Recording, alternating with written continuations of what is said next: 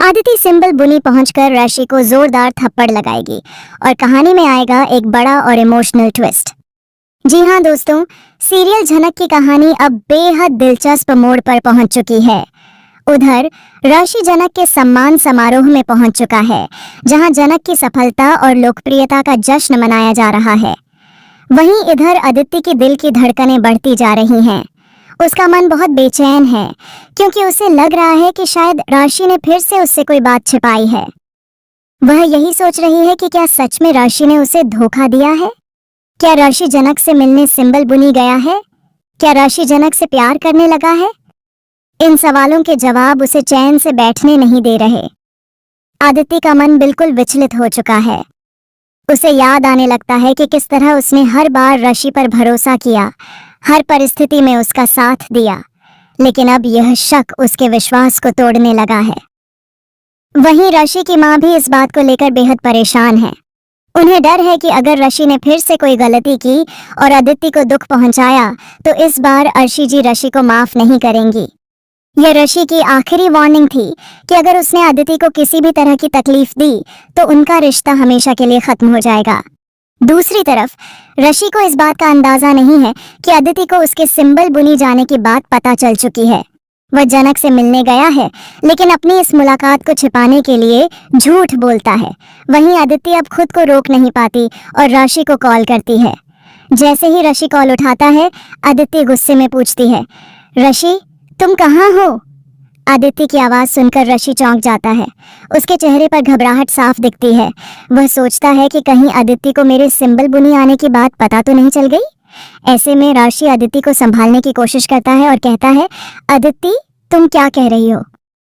मैंने तुम्हें बताया था कि आज मेरी एक बहुत जरूरी मीटिंग है और मैं उसी के लिए आया हूँ।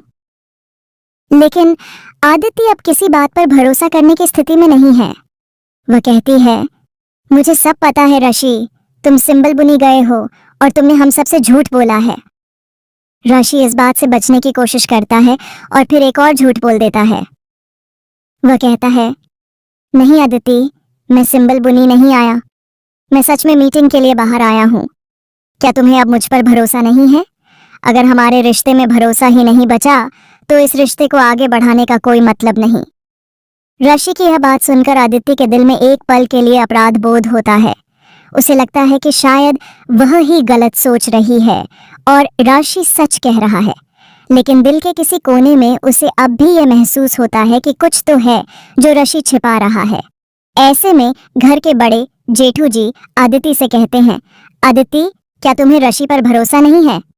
आदित्य जवाब देती है, मुझे भरोसा है राशि पर, लेकिन मेरा मन बहुत घबरा रहा है। मुझे लग रहा है कि वह हम सबसे झूठ बोल रहा है और वह जनक से मिलने सिंबल बुनी गया है। अब कहानी में बड़ा ट्विस्ट तब आता है जब नीलू फैसला लेती है कि अब उन्हें राशि का सच खुद जानना होगा। वह कहती है, हमें राशि का सच जानने के लिए सिंबल बुनी जाना होगा। और बस फिर आदित्य, नीलू और परिवार के कुछ लोग सिंबल बुनी पहुंच जाते हैं। वहीं दूसरी ओर जनक और राशि की मुलाकात चल रही होती है। ऋषि जनक से कुछ बातें कर रहा होता है, लेकिन तभी अचानक पीछे से आदित्य की आवाज आती है। ऋषि मुड़कर देखता है तो सामने आदित्य खड़ी होती है, जिसके चेहरे पर गुस्सा, दर्द और धोखे का मिला जुला भाव होता है। बिना कुछ बोले आदित्य आगे बढ़ती है और ऋषि को एक जोरदार थप्पड़ मार देती है। पूरा माहौल सन्न हो जाता है। ऋषि के चेहरे पर शर्मिंदगी और हैरानी साफ दिखती है। आदित्य की आंखों से आंसू बहने लगते हैं।